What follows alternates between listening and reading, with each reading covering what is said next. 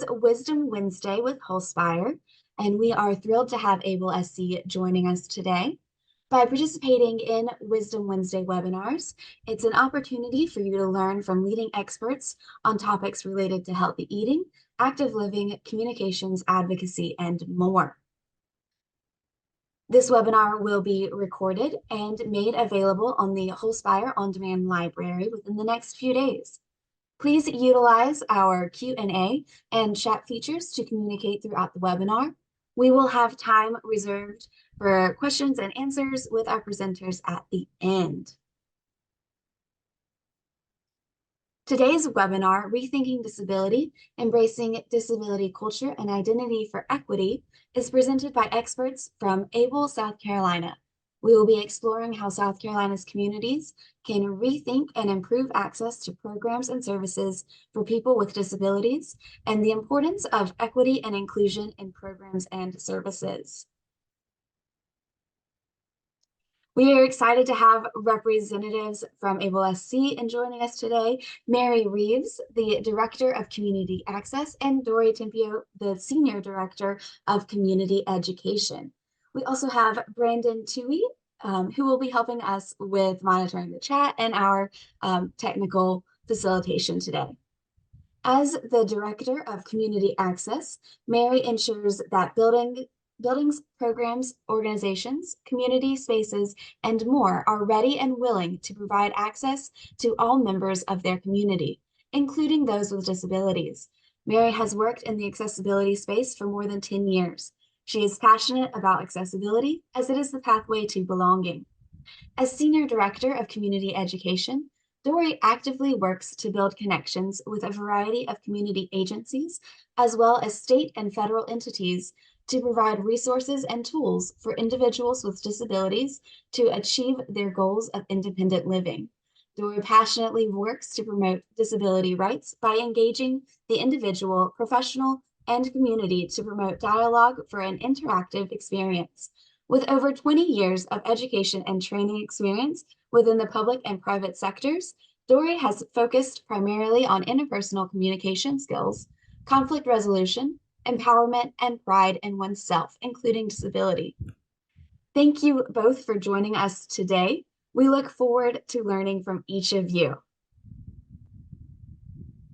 Thank you so much for having us. We are really excited to be here today and talking about working with the community and rethinking maybe what we've all been taught and learned about disability over the course of our professional lives, our personal lives, and growing up. And so we're going to talk a little bit more today about how you can embrace disability culture and identity for equity in the services that you provide, as well as maybe grants that you're writing for new programs you want to offer. So happy to see so many of you here. I noticed some of our partners on different projects are in the audience. So great to see all of you with us today. We're going to go to the next slide. Thank you, Mary. So Able, South Carolina. If you've never heard of us before, we are a disability-led organization, and we're working in South Carolina and nationally and internationally to make transformational changes in systems, communities, and individuals. We've been around since 1994. We are a consumer controlled, that means people with disabilities or the disability community is at the forefront of everything we do. We are community-based, which means we go directly to the people that we serve. We're a cross-disability organization who is a nonprofit organization funded under the Rehabilitation Act of 1973. That means we serve anyone of any age group with any health condition or disability, even if they don't self-identify as being a member of the disability community. We are constantly working with community partners such as yourselves to make South Carolina a national model for equity and inclusion for all people with disabilities. We're proud to say we're the state's oldest and largest federally recognized, and the key word here, my friends, is disability-led organization. Over 3/4 of our staff are people with disabilities, like Mary and myself and Brandon, as are over half of our board of directors. We practice co-equality, disability justice and representation, and true. And when we say true inclusion, not the buzzword of inclusion, but impactful inclusion through consumer-driven independence and disability pride. As people with disabilities, our work doesn't end when we leave the office. It's a proud part of who we are, and we're proud to live it every day. Our mission is a three-pronged mission. We are an organization made up of people with disabilities and people without disabilities, people with visible and invisible disabilities. But at the end of the day, whether we have disabilities or not, our staff is leading the charge to equip people with disabilities with tools to foster pride and direct their own lives, to educate the community, to challenge stereotypes and eliminate barriers, and advocate for access, equity, and inclusion at the individual, local, state, and national level. The vision overall for our organization is to have a South Carolina, the state, be a national model for equity and inclusion for all people with disabilities. At the bottom of the screen, and I'm doing an example of accessibility. Whenever you give a presentation, you don't want to assume who in your audience can see the pictures and the logo on the screen. You want everybody to have the same enjoyment of your presentation. So you want to make sure you describe the visuals on the screen, and I'm going to do an example.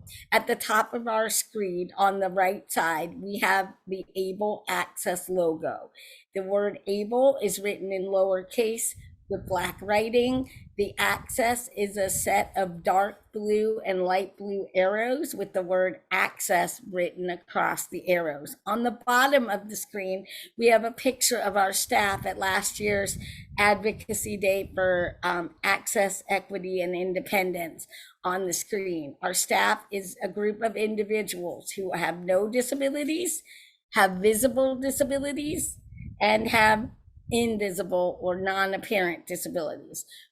Some of us are in wheelchairs using canes, service dogs, guide dogs, hearing dogs. Some individuals are raising their hands and cheering. Everyone has the Advocacy Day for Access and Independence light blue t-shirt on with the logo, which is an orange lock symbol with the state of South Carolina in it in light blue, and the lock is unlocked and it says unlocking barriers for South Carolinians with disabilities. And we're in front of the State House at the State House steps.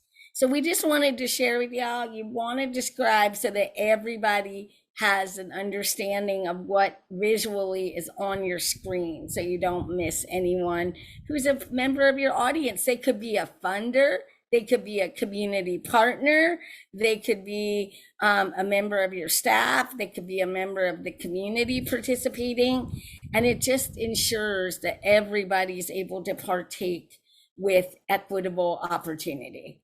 All right, next slide, Mary. So we can't go anywhere in our presentation without talking about how is disability defined in the work that we do. Under the Americans with Disabilities Act, as amended of 1990, the definition of disability is a substantial limitation in being able to perform one or more daily living activities. A disability doesn't limit people's desires for access, independence, quality, or equity in services. I want to know from you all, and you can either unmute or put it in the chat.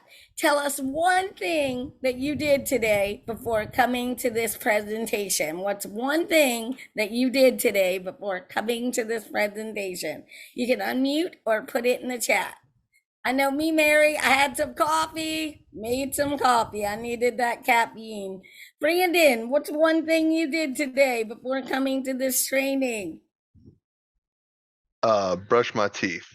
Awesome, because I bet if we were all together, we're really hoping each of us did that, right? Awesome. How about some other people on the presentation today? Mary, what did you do? One I thing. ate a I ate a sandwich before we got started. Very quickly, Woohoo! but I ate it. Oh, fed the dogs breakfast. Thank you, Robin. I fed Nice. my service dog and my pet dog breakfast. Woohoo! What about some other people? Had coffee, caught up on emails, right, JC? I had work email galore. How about other people? Yolanda got out of bed, and before my first step, I had to get my balance. Me too, Yolanda. Anybody else hit that snooze alarm this morning a few times? It's like, gotta get up. How about Couple. other people? And Brandon, you're welcome to help me monitor the chat. Sat through a face-to-face meeting. Thanks, Benjamin. Did my Wordle. Sydney, high five. Woohoo! Anyone else? Up. Melissa, I love me some Starbucks. Woohoo! Awesome.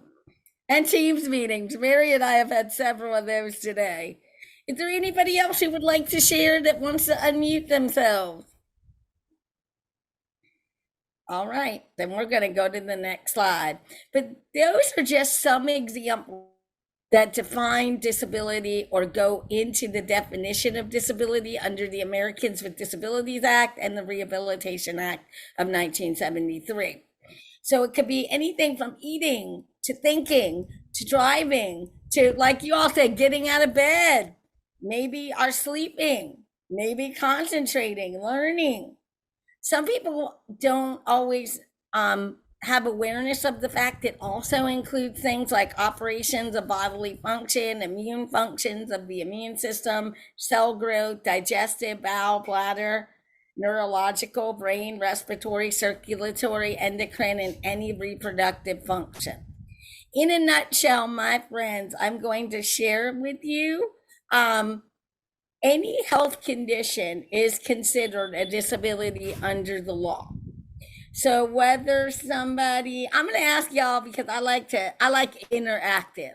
So we're going to do something real quick and I'm going to have y'all tell me yes or no in the chat.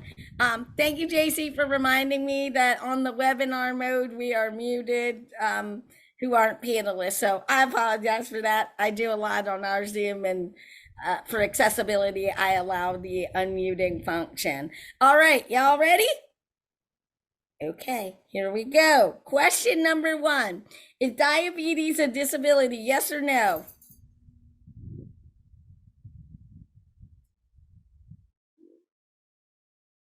Oh, we've got a yes and a no. Some more yeses. Yes, the answer is yes. It is. It is a health condition that is impacting the physical body, which is connected to the brain and the endocrine system. Woo, everybody. Ready for the next one? Asthma, yes or no? Ooh, yes. Good job, everybody. Cancer.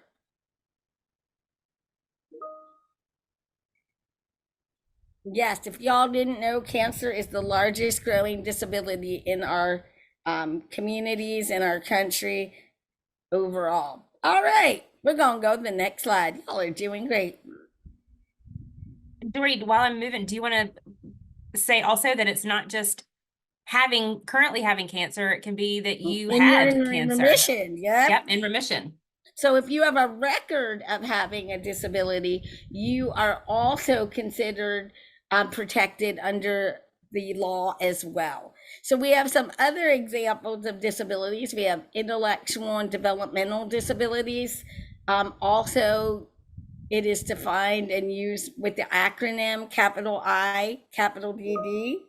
These are disabilities like cerebral palsy, epilepsy, Down syndrome, autism.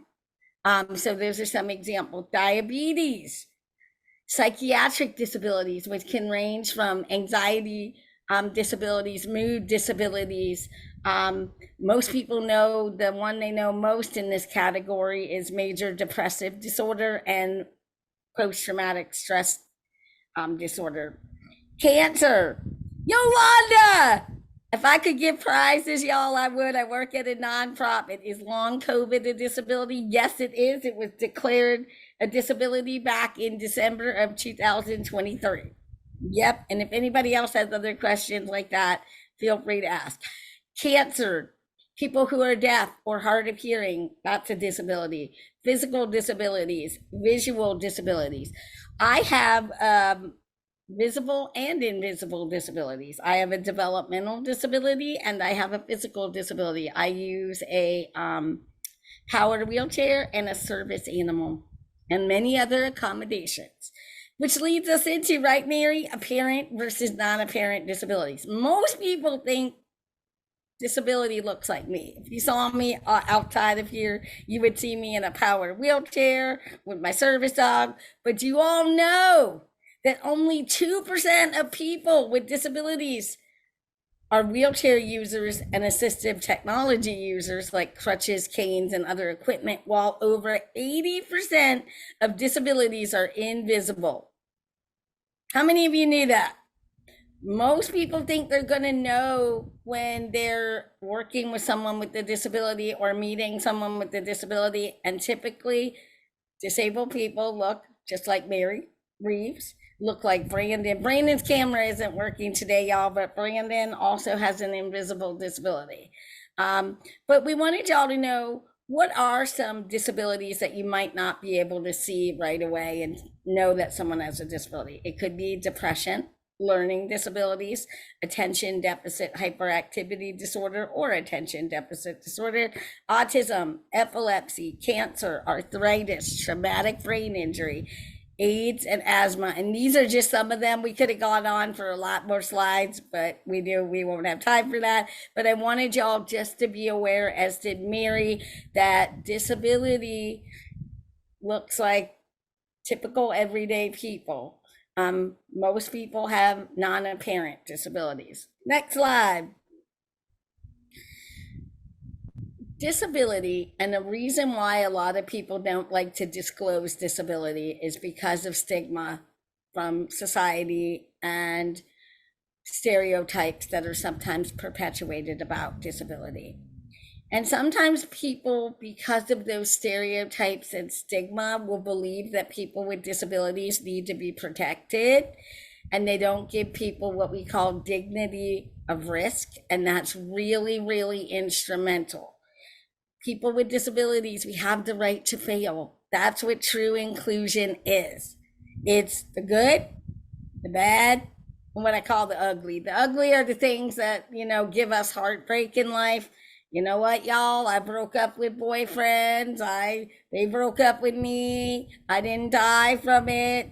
I've had rejection. I've had rejection for employment and other things too. But if you don't give people with disabilities the right to fail, you're not letting them have the true impactful inclusion. And that means learning problem solving skills, coping skills. Even people with significant cognitive, intellectual, and developmental disabilities have those rights, and you need to let people have those opportunities.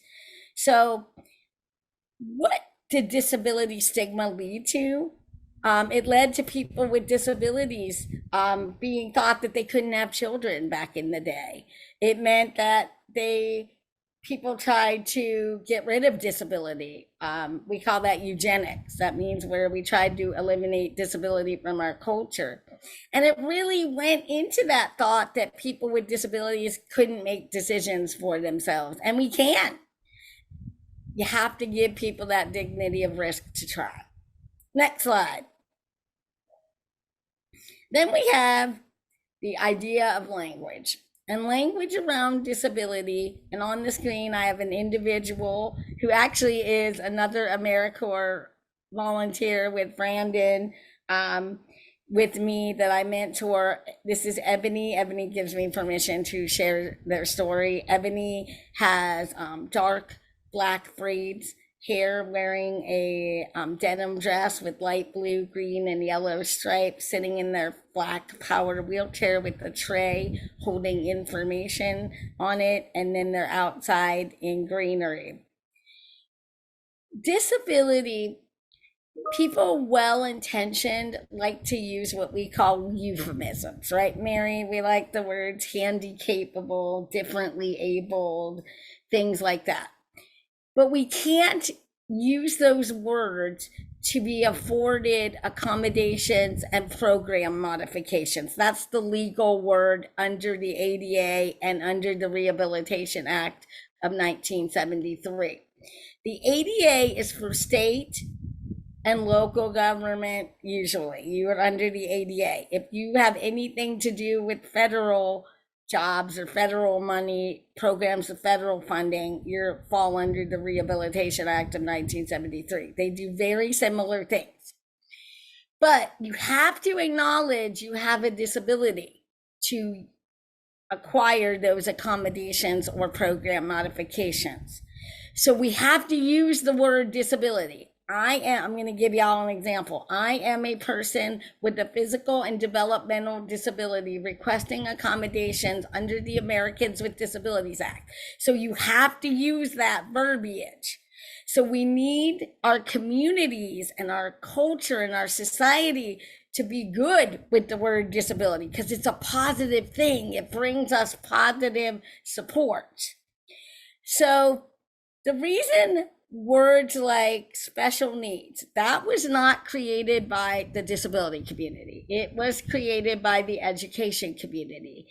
This is not coming from Dory and Mary, except to say nationally, the National Council on Disability and the disability community as a whole nationally has asked the education community at a federal and state level to get rid of that language because it's very triggering. It's very traumatizing because for a lot of people that word meant separate school, separate bus, separate part in society. For other things, disabled people as a whole, representing the whole community, and statistics and studies have shown this. We are not any more special than anyone else. Our needs are no more special than anyone else. Everybody uses supports that help them to be successful. Some of you might use a daily planner. Some of you might use ergonomic chairs and desks at work. We all use strategies that work best for us.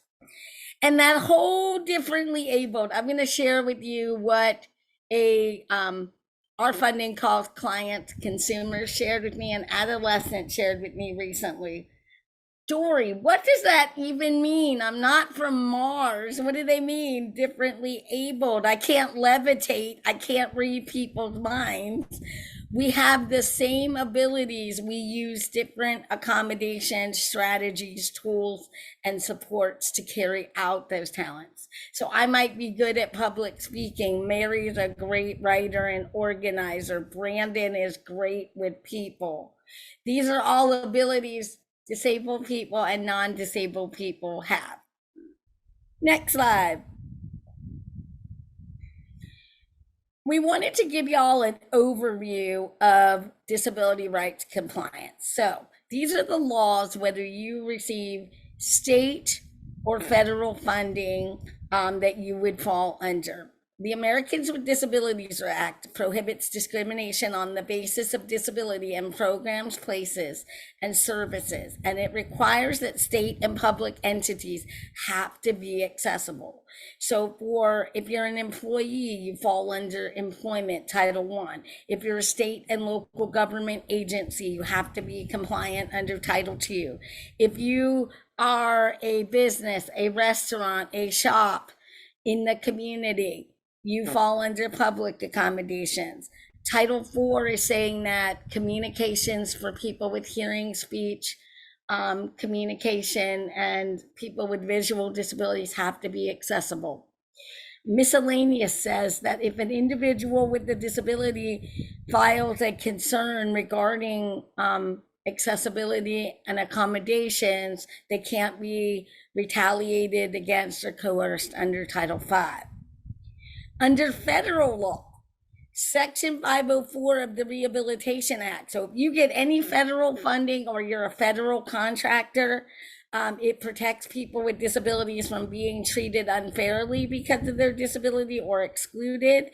Section 508 of the Rehabilitation Act of 1973, as amended, requires federal agencies to provide information in an accessible way to everyone with disabilities. So some people need the website to be accessible for their screen readers or their documents. I, as a person with physical disabilities, need your documents to be digital, fillable, and in plain language. Overall, what we want everybody to know is it's not optional. It's required under the law, and you can lose your funding if you're not accessible.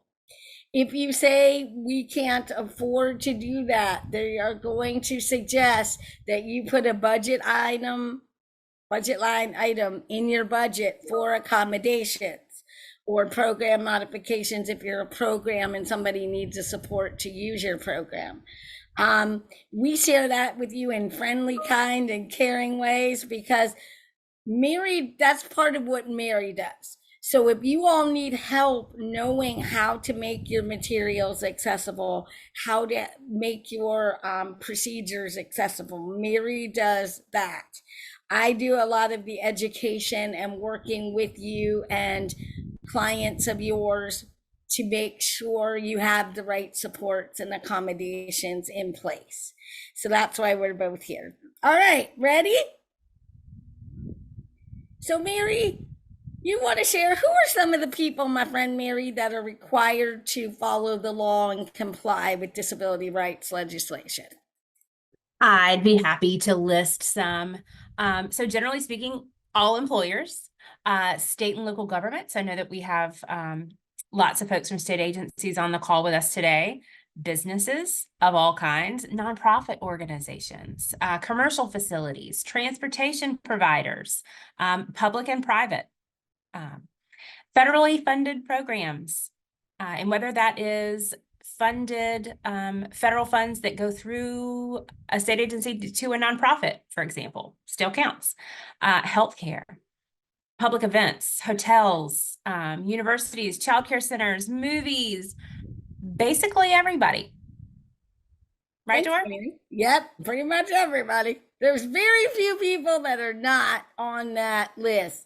And they usually are organizations centered around private clubs or religious entities. And I will say it is really the definition of a private club is very, very narrow. I've had a lot of folks contact me lately that think they're a private club, for example, a gym. It's not a private club. That definition is very narrow. So basically anybody and everybody. All right. So we're going to talk next about some barriers that people with disabilities nationally and here in South Carolina, we did a survey, have identified to accessing community services, businesses, and programs. And we have a picture on the screen of an individual using a white cane navigating through a community street and crosswalk. Awesome. Thanks, Dor. All right. You want me to dig into these barriers here? Yes. Take it away, Mary. Okay. So we're going to talk about just some general barriers, like Dory mentioned. We do a survey every year to members of the disability community. And one of the primary barriers that folks in South Carolina reference is transportation, healthcare, and perception, society's perception of disability. So we're going to cover all those just a little bit. So let's dig in first to architectural barriers. Architectural barriers are those barriers to entry. So getting in the parking lot, getting in the doorway. The Department of Justice really has four priority areas that we look at for accessible and access to a program. If I can't get in the building, it doesn't matter what you have going on inside, right? If we can't even get into the goods and services. So that's really where we start looking, required to have a certain number of parking spaces, 60% of all entrances need to be accessible. So there's some really specific criteria for that. Additional barriers, inaccessible offices and restrooms. The ADA doesn't say you have to have a bathroom, but building code standards generally do. And if you have a bathroom, you have to have an accessible restroom. Oftentimes you might have a front desk that's too high for a wheelchair user to see over, a person of short stature. Accessing that information, checking in on that sign-in sheet, maybe if you're coming to a doctor's office or purchasing tickets at the movie theater. Another barrier, and the ADA is very clear about what those standards are. There's the 2010 is the most updated ADA building design standards. It's very specific. How high the toilet seat is, how wide the door should be. And those are some major barriers to folks getting into services. And oftentimes we can pretty easily modify those or work around them. Awesome. I have a quick question for people, Mary. Yeah. So y'all can say yes or no, or whatever you would like. So just because a parking lot, an entrance, a bathroom has the symbol which we have on the screen, it's the universal sign of disability. It's a person in a wheelchair. You usually see it in blue or white. Does that mean it is ADA compliant just because it has the symbol on it?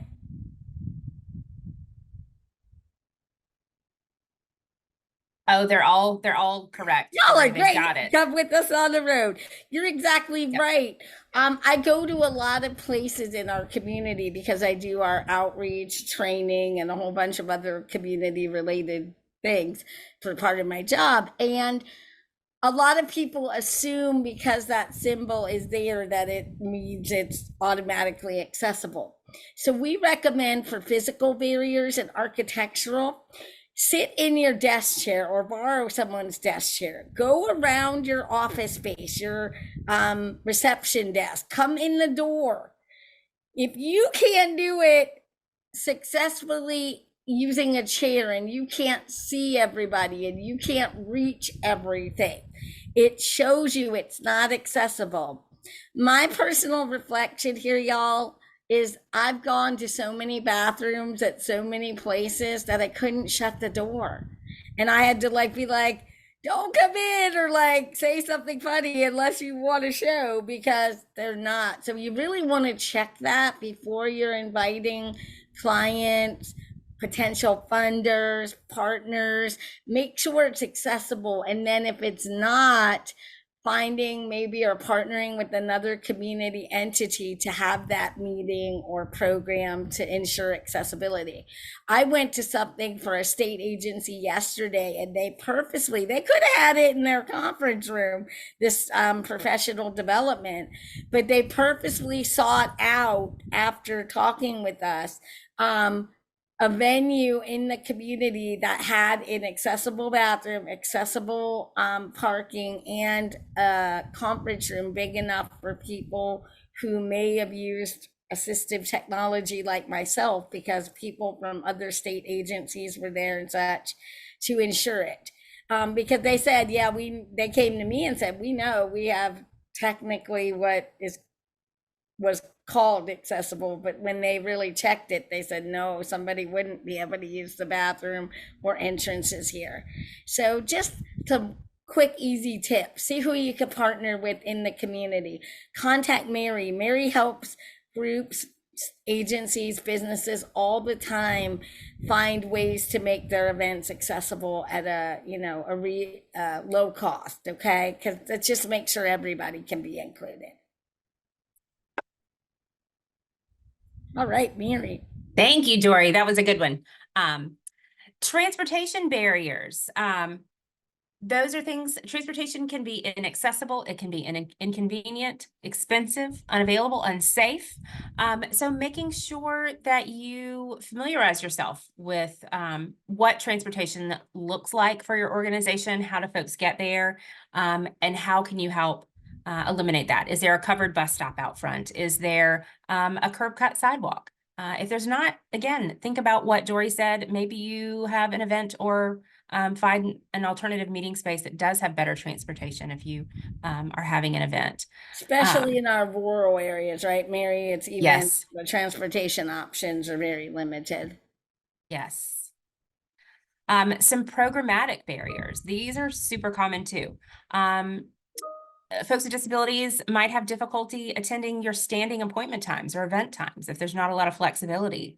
Oftentimes there's limited access to equipment and materials, not enough time given to make accommodations. Maybe, there's a 10-minute break in between events and a professional development opportunity. 10 minutes might not be enough time for someone who uses a mobility device to get to the restroom, especially as many of us know, you probably have experienced. If there's a long line, everyone's going to use the inaccessible stall. And then that means that folks are going to use the accessible stall. And sometimes that means the person with a disability might have to wait longer to get in the one stall that is available. That can create a programmatic barrier when there's a crunch there. Communication.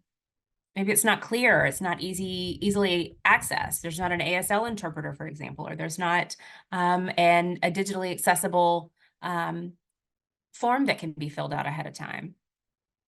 And then service providers lacking knowledge. That's a huge aspect of barriers. It contributes to stigma, folks just not knowing. Can I share with that, Mary? Please. I think Mary and I often talk about this, that we may have, all of us as professionals, you usually take a course about disability medical conditions. One course does not cover lived experience with disability. And so really understanding that you need to seek out people who live it. I have lived experience, and I also have the academia. I have multiple degrees. If I relied only on my multiple degrees instead of seeking out people who have lived experience, I would be missing out on a lot of knowledge that I've gained, because I seek out from all of the disabilities in the whole disability community. Can I add one other thing to number one, Mary? Difficulty attending appointments means they may have to take public transportation or dial-a-ride transit. They may be running late, not the person, the transportation. Some other people have shared with me that wanted me to share this during this presentation from the disability community. Some of them take medications and different things that take effect at different times. So talking to them about what is the best time of day for you to have an appointment. For some people, it is not first thing in the morning. It might be later in the day as their medication has adjusted to their body. They've eaten. They've also, maybe medicine from the night before has had time to absorb. Thank you, Dory. Thank you. Thank you. I'm going to skip through a couple of these, and I'm going to scoot us over to ableism, which is one of the biggest barriers to services. And Dory, I'm going to pop this back to you. Sure, thanks, Vera. Ableism is prejudice against individuals with disabilities. It typically comes from the non-disabled community. It sees people as non-disabled being superior to people with disabilities. It's often the purveyor of inequity for people with disabilities. People think because they may have a academia knowledge that they know better than a disabled person who lives their life every day with that disability, whether that's diabetes, a hearing disability, cancer, autism, and really realizing that disabled people have equally and equitably the right to have the same opportunities, and our lives are equal to everyone else in the quality of our lives. And this is from national studies, not just here in South Carolina. So let's go to the next slide. Mary and I put a list of suggestions based on consumers. That's people with disabilities in all categories. what they wanted you to know on how you could avoid being ableist. A lot of people do it unintentionally and they don't realize it. So I always say to people, we can unlearn what we've learned and do better. So make sure that you're inviting the disability community to be at the table when you're designing programs, policies, laws, etc. Don't think that people with invisible disabilities are faking when they say, I need an accommodation program modification or support. Include disability. We have many groups that are multi-marginalized. So we have supports and resources for folks that are individuals with disabilities that intersect at the BIPOC community and the LGBTQIA plus and other marginalizations, aging, socioeconomic, I could list a lot. Don't speak for the disability community if you're not a member of the community. Seek out someone from the disability community to present with you and allow them to have that space to help educate and learn. Teach your children about disabilities. It's not something to be fearful of. It really isn't. I would not want to be non-disabled. I've been disabled for 54 years. Include us. Don't pity us. We're very happy and passionate. It's a cultural group, just like the other ones I named, and a very strong and vibrant culture and community. Next slide. All right, Dora, we're taking them to the call, their calls to action. Yay, are y'all ready? So what can you do after this whole webinar today? Number one, rethink disability and how you use the word. Make equity a leader-driven priority. Confront what we call institutional bias and address plans to combat all isms that intersect with ableism and disability, racism, sexism, ageism. Partner with community organizations like Able South Carolina, who represent specific populations, ours being the disability community. Include disability in all aspects of what you do. So if some of you work with patients and health, some of you may want to bring disabled people on as consultants when planning events and programs. Hiring disabled people.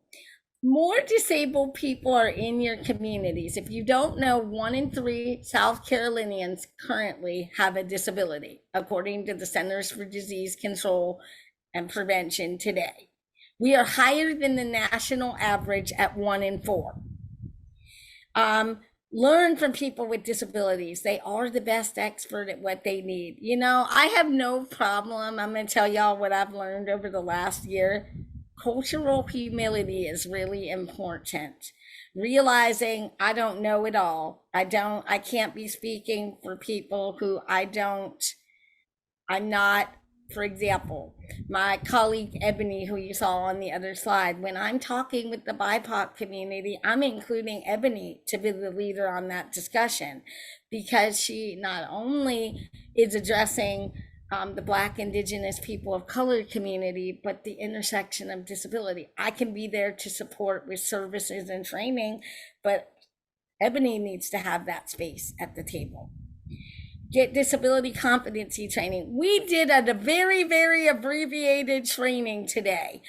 We offer this in 2 hours, 3 hours, and we dive deep into all of the different disability types and accommodations. And we would love to come out and do training for your organizations, your staff members, because I always say to people, I don't know what I don't know until I learn more from the people who live it and experience it every day. Make sure you're learning about different types of effective communication, whether that's Braille, rich text format documents, screen readers for people with cognitive, developmental, intellectual, and developmental disabilities, plain language, sign language for people with hearing disabilities, so many types. Develop an inclusion policy and how you can plan to accommodate people with disabilities. And Mary and I say this every day, right, Mary? Prioritize accessibility and universal design. When you design a program, a grant, a material from the onset, utilizing information and knowledge from the disability community, it's one less step you have to do later, because then you don't have to redo things. It's easier. And like, for example, when somebody designs something with plain language, it isn't just helping me and other people with developmental, intellectual, cognitive disabilities, it's helping our society as a whole. Typically, people in our society read at a third to sixth grade level, national statistics show. So it benefits everybody. Next Yes, slide. Dorian, I'll add one thing before we go to our last slide for questions, that should be on the slide, but we mentioned it earlier. Fund it. We pay for things that we are important, right? We can't be intentional about accommodations, about inclusion, if we're not funding it. So making sure that it's a line item in your budget, that it's part of what you're talking about every single year. What did we spend? I will tell you, as an organization with roughly 60 people, 85% of whom have disabilities, our accommodations and modifications budget is a really small portion of what we spend every year. It is doable. And what's something that we really encourage folks to do. Robin, to Um, answer your question, yes, it is. Robin asked if a specific disability or health yes. condition. Yes, it is. Go ahead, Mary. I'll let you, since Yeah. you run the fee for service able access programs. And the reason we charge a fee for some things, my friends, is we are federally funded, and other grants that we have from a variety of sources have to go to programs and services for the disability community. We cannot use those for professional opportunities, or we would lose our funding. So it's really covers our time there, right, Mary, and covers the work we do. We are more about making the community accessible and inclusive and equitable, more than about money. So we just want everyone to know that. And, we mentioned earlier about not being sure if your office location, whatever, is accessible. Give us a call. That's part of what we do. We'll come out, we'll do a site assessment, talk with you about removing barriers, putting in accommodations, all kinds of things. So Or I know Mary, if we they are. have a consumer or a client or a partner that needs an accommodation or program modification, we work with all state agencies all the time. All you have to do is send us an email or call. We will work alongside you. We're always going to do it on the most cost effective way. Most accommodations, y'all, cost zero. National statistics show that. For example, I have like blocks under my desk in my office. It cost $2 at the Home Depot, so it was raised up. I have straps on the door that I made out of fabric that my service animal or myself or a colleague can open and close the door. It that costs like $1.50. I mean, so we're not talking accommodations are expensive. I think people have that idea, and that unfortunately is a misnomer.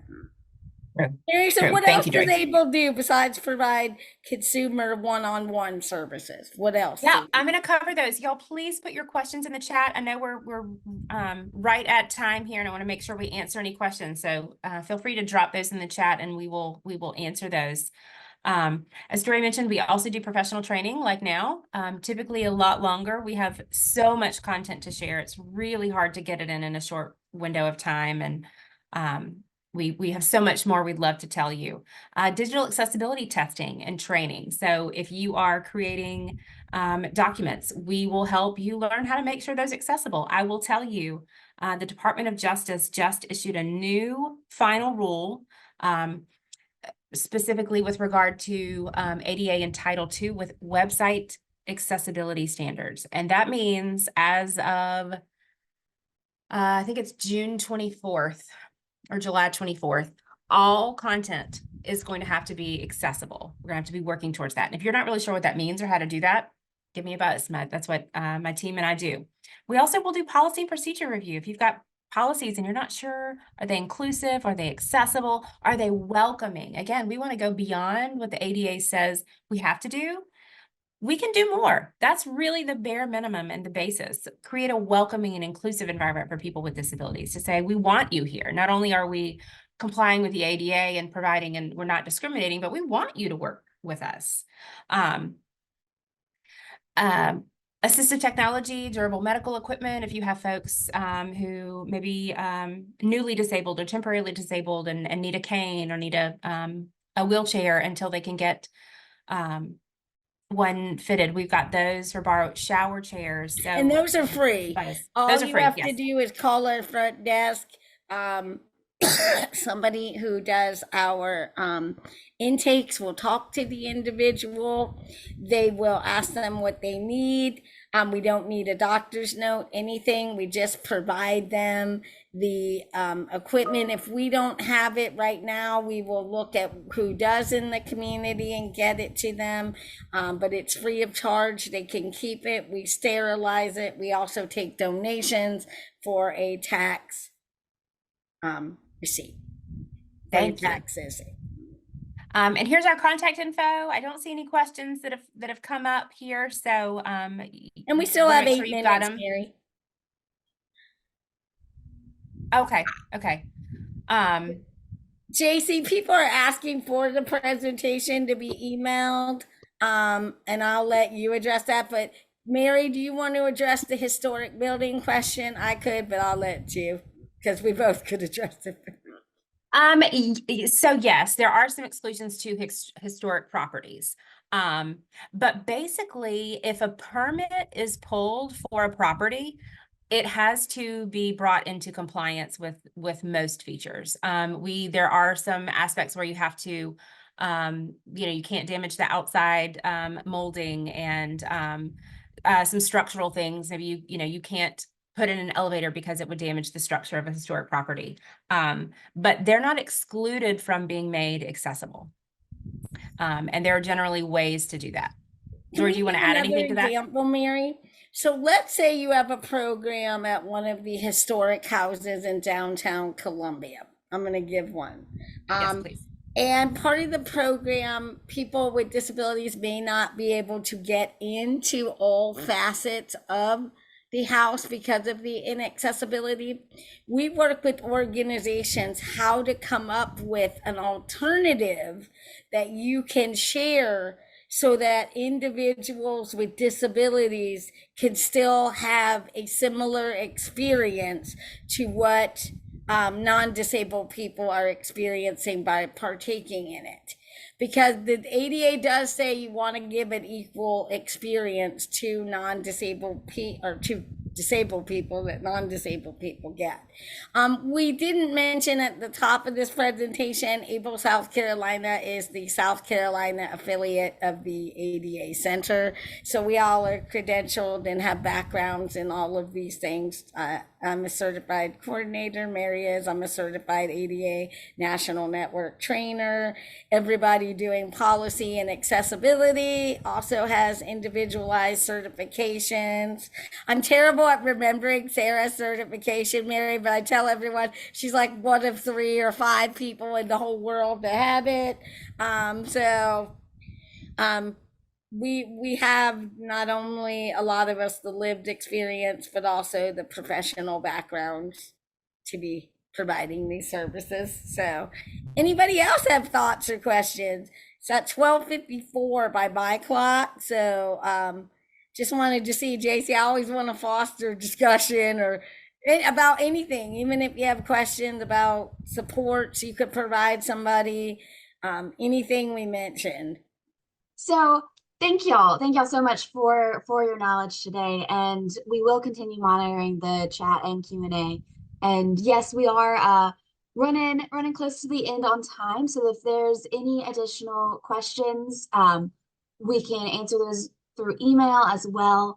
I do want to spend a couple minutes talking about the Wholespire mini grants before we wrap up today.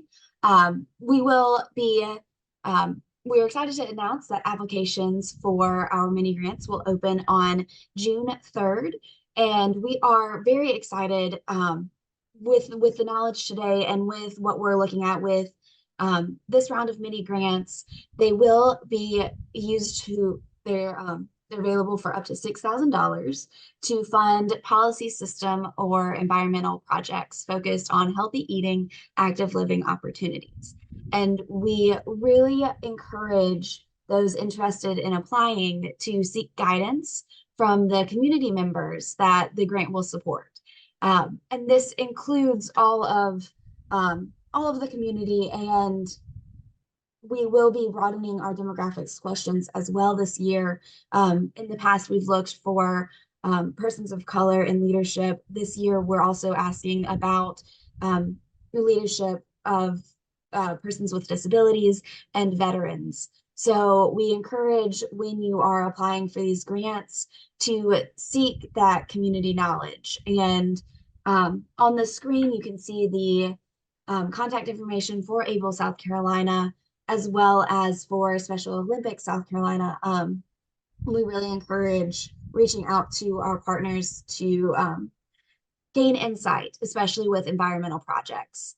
And Wholespire also offers consultations on applications. So I know that was a speedy little rundown on this information. So please take down this contact information. We'll also be sharing all of these resources and emails in follow-up communication after the webinar.